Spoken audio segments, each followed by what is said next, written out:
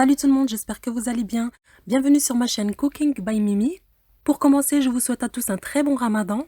Aujourd'hui, je vous propose la recette de la shbakia, ces délicieux gâteaux au miel qu'on trouve sur les tables durant le mois du ramadan. J'espère que cette recette va vous plaire.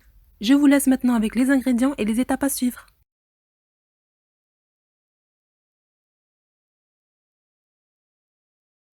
Pour les ingrédients, on aura besoin d'une cuillère à soupe de cannelle.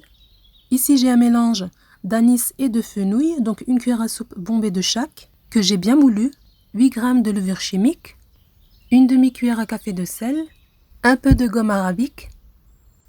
Ici, j'ai un peu de pistil de safran. Si vous n'en avez pas, vous pouvez très bien utiliser du colorant alimentaire.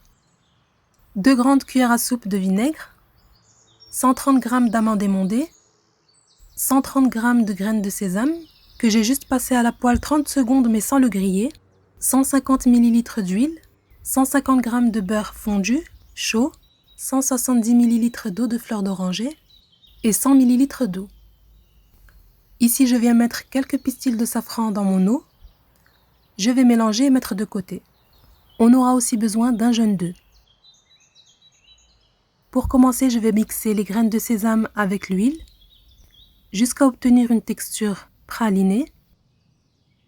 Je vais bien le mixer jusqu'à obtenir une bonne texture bien lisse.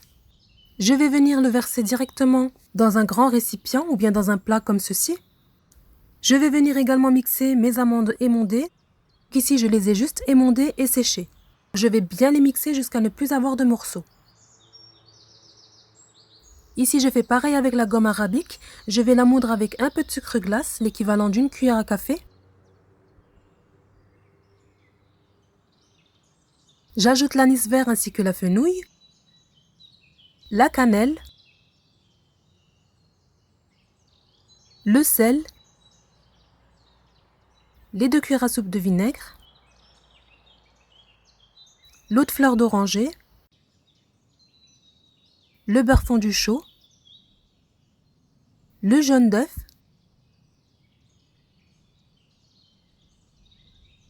je vais d'abord mélanger tous ces ingrédients ensemble avant d'ajouter la farine et la levure chimique.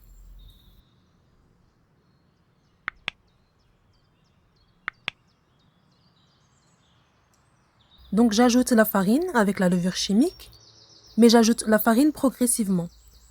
Ici j'utilise 1 kg de farine, ça peut être plus ou moins, ça dépend vraiment du type de farine utilisée. Donc je vous montrerai tout à l'heure la texture qu'il faudra obtenir. La pâte à shbakia est très différente. Contrairement à la pâte à pain, elle doit être ferme pour que tout à l'heure, lorsqu'on voudra façonner les shbakia, elle sera plus facile à manier. Autrement, si votre pâte n'est pas ferme, vous verrez que vous aurez un peu de mal à façonner vos shbakia. Donc voilà, j'ajoute la farine petit à petit jusqu'à obtenir la texture souhaitée.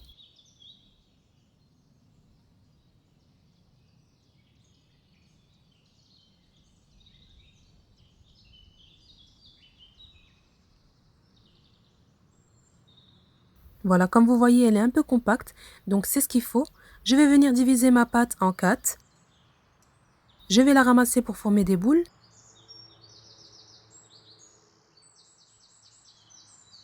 Et à l'aide de mon rouleau à pâtisserie, je vais tout de suite l'étaler comme ceci. Je vais la plier et la ranger dans un sac de congélation. Une fois les avoir rangées dans un sac plastique, sachant qu'il n'y a pas de levure dans la pâte, à ce stade, on peut les garder jusqu'au lendemain sans problème. Mais veillez à les garder au réfrigérateur. Mais si vous souhaitez les réaliser de suite, attendez minimum 1 heure. Ça va permettre à votre pâte de se détendre et s'étaler plus facilement.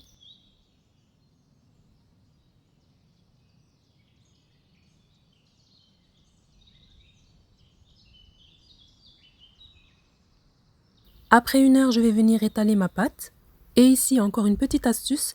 Si vous souhaitez avoir des shbakia de la même taille, aidez-vous à l'aide d'un gabarit comme moi pour les tracer de la même longueur.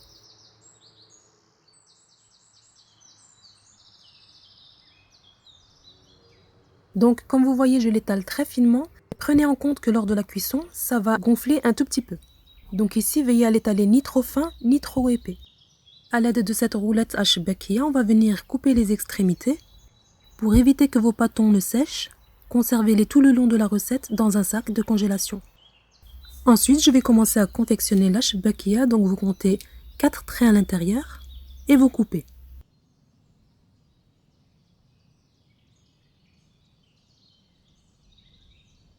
Donc voilà, je continue, je fais 4 traits avec ma roulette et je coupe.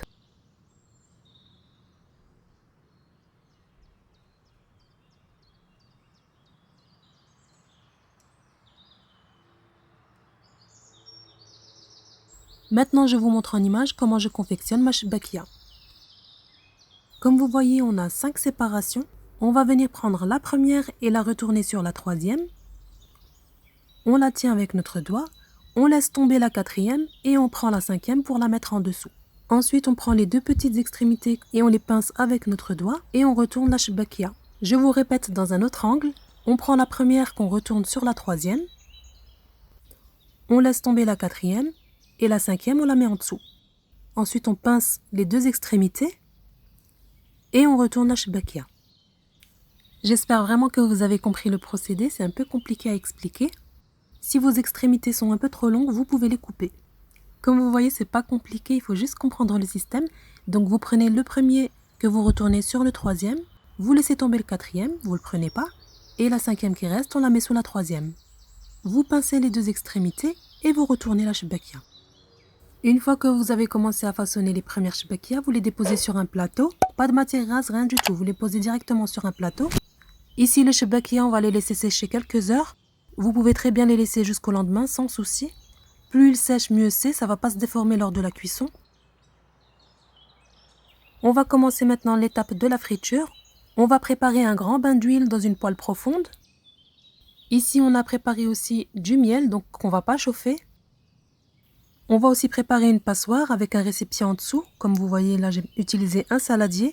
Donc ça sera pour récupérer l'excédent de miel. Et ici, j'ai quelques graines de sésame pour la décoration.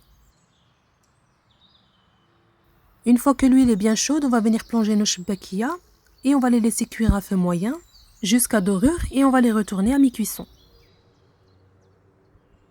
En début de cuisson, je ne les touche pas, donc j'attends qu'ils remontent à la surface. Et dès qu'ils commencent à prendre une petite couleur dorée sur le dessous, à ce moment-là, je les retourne.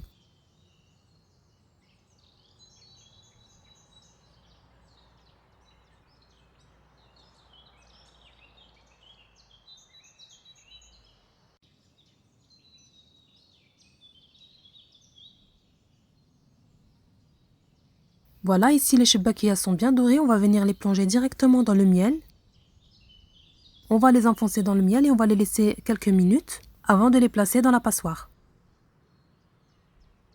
Vous allez voir qu'au fur et à mesure que vous plongez vos shbakia dans le miel va chauffer et donc il sera moins épais. C'est pour ça qu'il n'est pas nécessaire de chauffer le miel.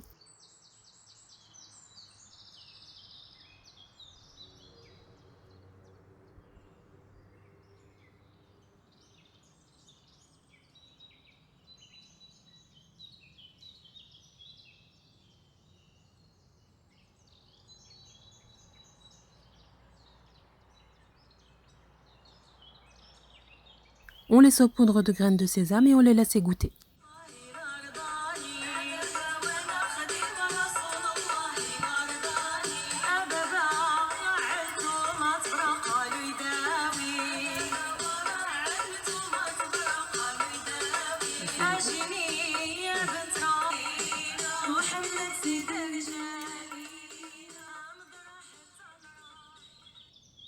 Et voilà, la recette de shbakia est terminée. Délicieuse et super fondante, très fine. On pourra les accompagner avec la harira pendant le mois du Ramadan. N'hésitez pas à liker et à vous abonner à ma chaîne si ce n'est pas encore fait. Bon Ramadan à tous et à très bientôt pour une prochaine vidéo.